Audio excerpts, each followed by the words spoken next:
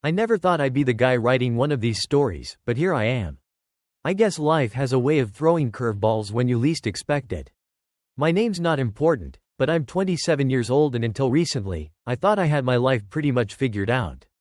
I had a decent job, a fiancé I'd been with for 7 years, and we were planning our wedding. Everything seemed perfect, or so I thought. It all started on a regular Tuesday evening. I was lounging on the couch, scrolling through my phone, when my fiancé's phone buzzed on the coffee table. I didn't think much of it at first, but then I noticed the name on the screen. It was a guy's name I didn't recognize, and the preview of the message made my blood run cold. Last night was amazing. The sex was incredible. I sat there, staring at her phone, trying to process what I just read. I kept hoping it was some kind of mistake or misunderstanding, but deep down, I knew. In that moment, it felt like my whole world had shattered. 7 years of memories, trust, and love, all gone in an instant. When the initial shock wore off, I expected to feel angry. I thought I'd want to confront her, to demand answers, to scream and shout. But instead, I felt nothing. It was like a switch had been flipped, and suddenly, all my emotions towards her just disappeared. I realized that the woman I thought I knew, the one I was going to marry, didn't exist. She was a stranger to me now. I didn't confront her that night. I didn't say anything at all. I just went to bed, my mind racing with thoughts of what to do next. As I lay there, unable to sleep, I made my decision. I was going to leave. The next morning, I waited until she left for work. It was surprisingly easy to pack up my things. By some stroke of luck, my wardrobe had broken down recently, so most of my clothes were already in suitcases. I gathered what I could, leaving behind the furniture and other things we'd bought together. They didn't matter anymore. Before I left, I wrote a simple note and stuck it on the fridge. "Have fun with douchebag," it said. Short, to the point, and probably a bit petty, but I couldn't bring myself to care. I took one last look around the apartment we'd shared for the past 3 years, then walked out the door. I crashed at my brother's place that night.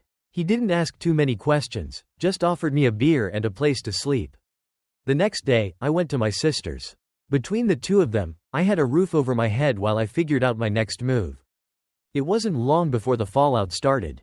My ex must have come home to find me gone and the note on the fridge.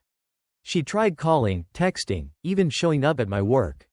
I blocked her number and asked my coworkers to tell her I wasn't available if she came by again.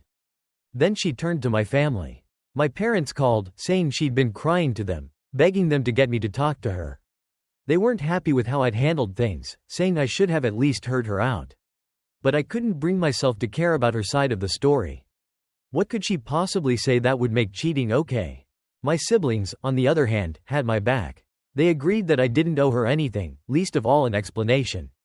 Their support meant more to me than I could express. As the days turned into weeks, I started to reflect on what had happened. I wondered if I should have confronted her, if I should have given her a chance to explain. But every time I thought about it, I came to the same conclusion: it wouldn't have changed anything. She made her choice when she decided to cheat, and I made mine when I decided to leave. I know some people might think I'm cold for walking away like that, for not caring about her feelings or wanting to work things out. Maybe they're right. Maybe I am an asshole for not giving her a chance to explain. But the way I see it, there's no explanation that could justify what she did. 7 years of trust, gone in an instant. Sometimes I wonder what I would do if I could go back, knowing what I know now. Would I confront her? Would I try to work things out? Would I still walk away? In the end, I think I'd do the same thing. Walking away might not have been the bravest or most mature response, but it was what I needed to do for my own peace of mind. It's been a few months now since that day. I've got my own place, and I'm slowly putting my life back together. There are days when I miss her, when I think about the life we could have had. But then I remember that note on her phone, and those feelings fade away. I've learned a lot from this experience. I've learned that sometimes, the people we trust the most can hurt us the deepest. I've learned that it's okay to walk away from a situation that's hurting you, even if others don't understand. And I've learned that family, the ones who stand by you no matter what, are more valuable than any romantic relationship. I don't know what the future holds for me. Right now, I'm focusing on myself, on healing and moving forward. Dating isn't on my radar yet, and honestly, I'm not sure when it will be. Trust doesn't come easy anymore. To anyone out there who might find themselves in a similar situation, I don't have any grand advice. Everyone's circumstances are different, and what worked for me might not work for you. But I will say this: trust your gut. If something feels wrong, it probably is. And don't be afraid to put yourself first, even if it means walking away from someone you love. As for my ex, I hope she's happy with her choice. I hope the guy she cheated with was worth throwing away 7 years and a future together. But mostly, I hope I never have to see or speak to her again. So, am I the asshole for walking away without a word? Maybe, but I'm at peace with my decision, and at the end of the day, that's what matters most. I never thought I'd be in this position, caught between wanting to support my friend and feeling taken advantage of. It all started when my best friend Jane got engaged to her boyfriend Brad. We've known each other since college, and I always imagined I'd be right by her side on her big day. In fact, Jane had talked about it for years, describing her dream wedding with me and our other close friends as her bridesmaids. I was thrilled when she got engaged and immediately told me how excited she was for me to be a bridesmaid. That was about a month ago, and things have taken an unexpected turn since then. As Jane and Brad started planning their wedding, they decided to have a small destination wedding in Colorado with only immediate family present. They cited saving money as the main reason for this decision.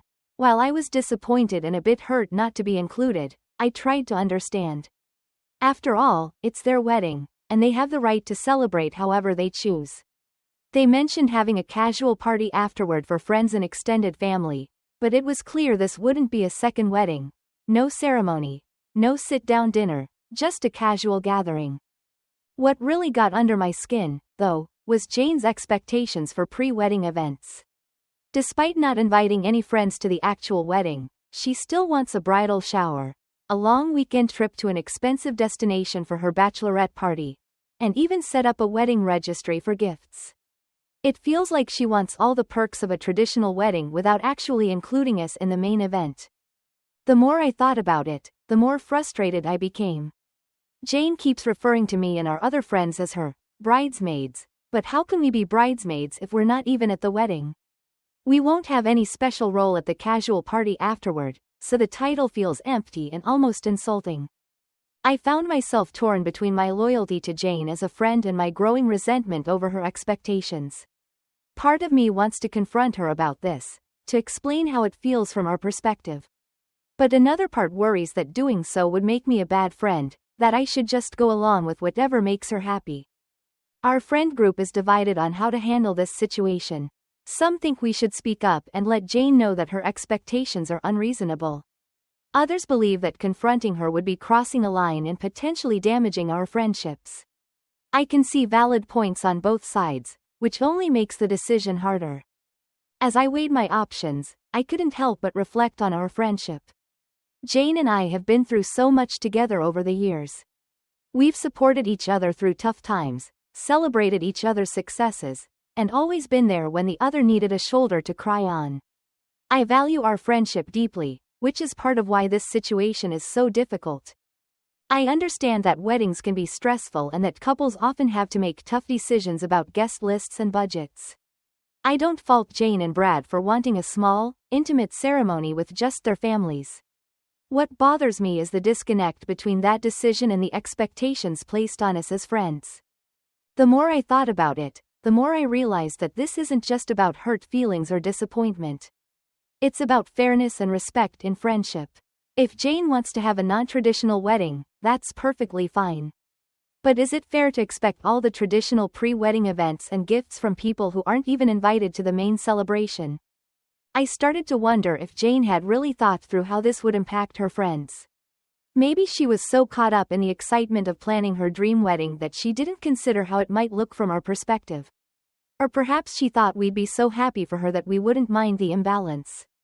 As I grappled with these thoughts, I also had to examine my own motivations. Was I really upset about the principle of the matter, or was there a part of me that was just hurt about not being included in the wedding? I had to be honest with myself and admit that both factors were at play. Yes, I felt the expectations were unfair, but I was also genuinely sad about not being there for my friend's big day. I tried to put myself in Jane's shoes. Maybe she saw the pre-wedding events as a way to include us in her celebration, even if we couldn't be at the actual ceremony. Perhaps in her mind, this was a compromise that allowed her to have the intimate wedding she wanted while still involving her friends in some way. But the more I considered it, the more I felt that this approach missed the mark. A bachelorette party and bridal shower are meant to be celebrations leading up to the wedding. They're ways for the bride's closest friends to show their support and excitement for the upcoming nuptials. When those same friends aren't invited to the wedding itself, it changes the entire dynamic. I started to worry about how this situation might affect our friendship in the long run. If we went along with everything without expressing our feelings, would resentment build up over time? On the other hand, if we confronted Jane about it, would that create a rift between us? Neither option seemed ideal. As I mulled over the situation, I realized that the core issue wasn't really about the wedding itself. It was about communication and expectations in our friendship. Jane and I had always been able to talk openly with each other, even about difficult topics. Why should this be any different? I began to think that maybe the best approach would be to have an honest, but gentle conversation with Jane. Not to criticize her choices or make demands, but to express how I was feeling and try to understand her perspective better. Maybe there were aspects of the situation I wasn't seeing, or maybe she hadn't fully considered how her decisions might impact her friends. The more I thought about it, the more I felt that open communication was the key. If our friendship was as strong as I believed it to be, we should be able to have this conversation without it damaging our relationship. In fact, addressing the issue directly might even strengthen our bond in the long run. I decided that I would reach out to Jane and ask if we could talk. I would explain my feelings, but also listen to her side of the story. Maybe we could find a compromise that would make everyone feel valued and included. As I prepared for this conversation, I reminded myself of the importance of empathy and understanding. Jane was planning one of the biggest events of her life, and that comes with a lot of stress and pressure. My goal wasn't to add to that stress, but to find a way for us to navigate this situation together, as friends. I also realized that this situation was teaching me valuable lessons about friendship, communication, and the complexities of adult relationships. It's easy to be a good friend when everything is going smoothly, but it's in challenging times like these that the true strength of a friendship is tested. In the end, I knew that whatever happened, I wanted to handle this situation in a way that I could be proud of. I wanted to be honest with my friend, but also kind and understanding. I wanted to stand up for what I felt was right, but also be open to hearing different perspectives. As I picked up my phone to text Jane and arrange a time to talk, I felt a mix of nervousness and hope. I didn't know exactly how the conversation would go, but I was confident that by approaching it with honesty, empathy, and an open mind, we could find a way forward that would preserve our friendship and leave everyone feeling respected and valued. This situation had reminded me that friendships, like all relationships, require work and communication. They evolve and change over time, just as we do as individuals. The key is to face challenges together, with openness and understanding, rather than letting unspoken resentments build up. As I waited for Jane's response to my text, I felt a sense of calm settle over me. Whatever the outcome, I knew I was doing the right thing by addressing this issue head-on. Our friendship was too important to let this situation fester unresolved. In that moment, I realized that this wasn't just about a wedding or a bachelorette party. It was about the nature of friendship itself, the give and take, the compromises, the honest conversations, and the mutual respect that form the foundation of any lasting relationship. And no matter what happened next, I was grateful for the opportunity to deepen my understanding of these important truths.